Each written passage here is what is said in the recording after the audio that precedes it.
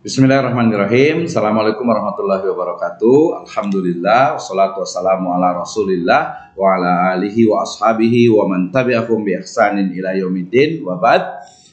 Mari kita melanjutkan pembahasan dari kitab Syarah Al-Waraqat fi Ushulil Fiqh karya dari Imam Haramain Al-Juwaini, dan kita sampai kepada pembahasan yang sangat penting, yaitu terkait dengan pembahasan tartibul adillah atau hierarki dari dalil-dalil, sistematika atau urutan dari penggunaan dalil ketika kita menetapkan satu fikih atau hukum di dalam Islam. Dikatakan wa ammal adillatu fayuqaddamul jaliyu minha alal khafi. Ya, Imam Haramain Al-Juwaini menyatakan bahwasanya tentang hierarki ya ataupun urutan sistematika dari dalil atau adillah, ya adillah itu adalah jamak dari dalil, yaitu dimulai dari apa? Yaitu dalil yang sifatnya itu jali, ya, atau dalil yang sifatnya itu jelas, yang clear, ya, yang wadih, ya. Kemudian minha alal khafi, yang didahulukan atas dalil yang sifatnya masih khafi, tersembunyi atau masih samar. Ya, demikian juga wadzalika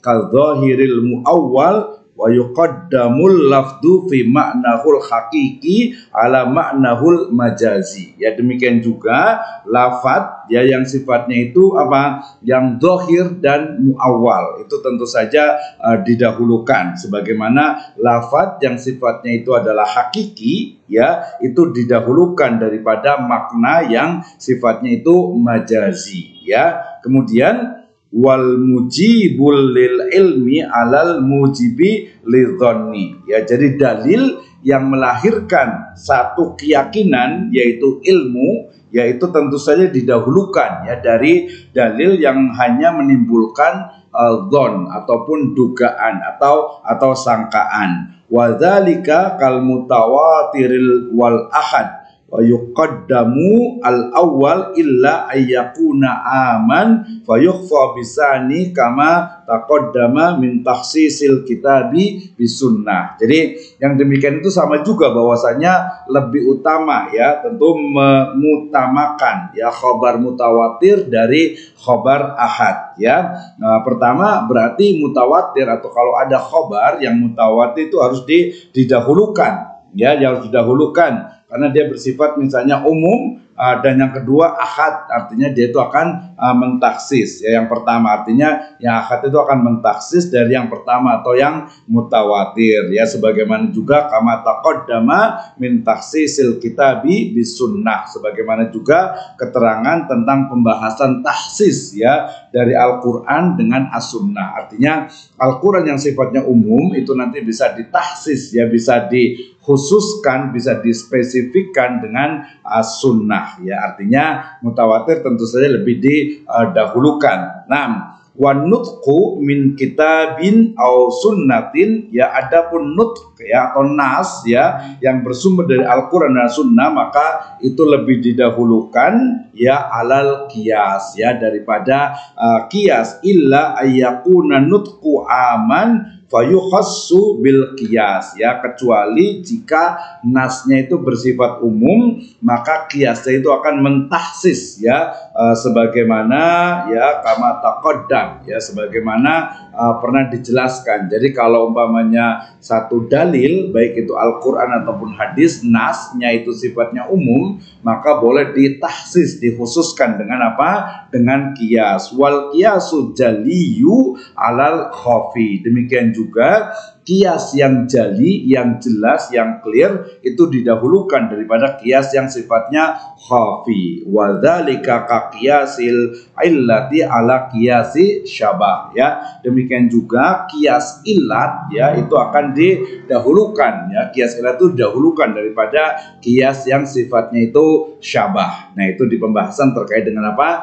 Dengan qiyas ya. Fa in wujida fin nutqi min kitabin aw sunnatin, ya kalau kita mendapati di dalam nas Al-Qur'an dan As-Sunnah ya dikatakan ma yughayyirul asla, ya sesuatu yang mengubah dari kondisi awalnya, ya adamul asli, jadi merubah dari hukum aslinya, ai al adamul asli alladhi yu'abbaru anil istishabihi bistishabil hali fawadihun annahu yu'malu bin nutqi wa illa ay wa illam yujad dzalika fayustashabul hal ay al adamul asliyun ay yu'malu bihi. Ya, jadi kalau ada nas di dalam Al-Quran dan Sunnah itu ditemukan ya suatu nas Al-Quran yang mengubah kondisi awal, yang selanjutnya atau melanjutkannya atau yang kemudian menggunakan kondisi awal ya dengan istilah tadi istishab al-hal,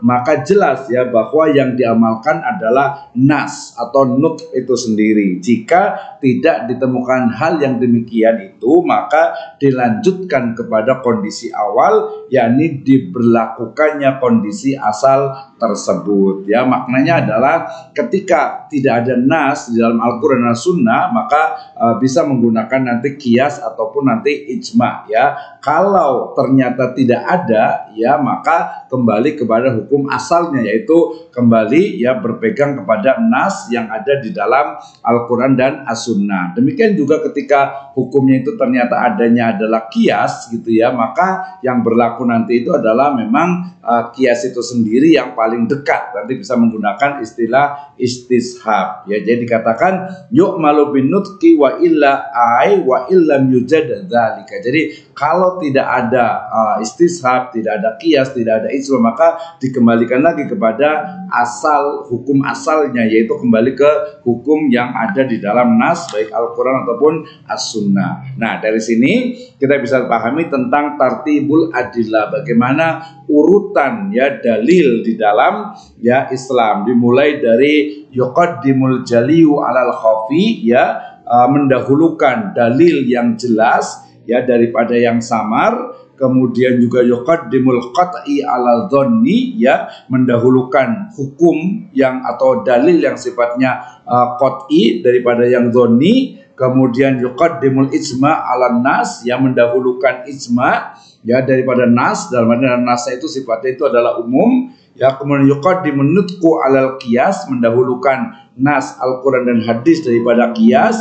Kemudian juga yuqaddimul qiyasu jali alal khafi, mendahulukan qiyas yang sifatnya itu jelas, jali kepada qiyas yang sifatnya khafi yang masih samar. Dan yuqaddimul qiyasud dalalatu ala qiyasi syabah, mendahulukan qiyas yang sifatnya berdasarkan dalil ilat daripada qiyas yang sifatnya itu apa? Syabah. Ya, demikian wallahu a'lam bishawab. Assalamualaikum warahmatullahi wabarakatuh.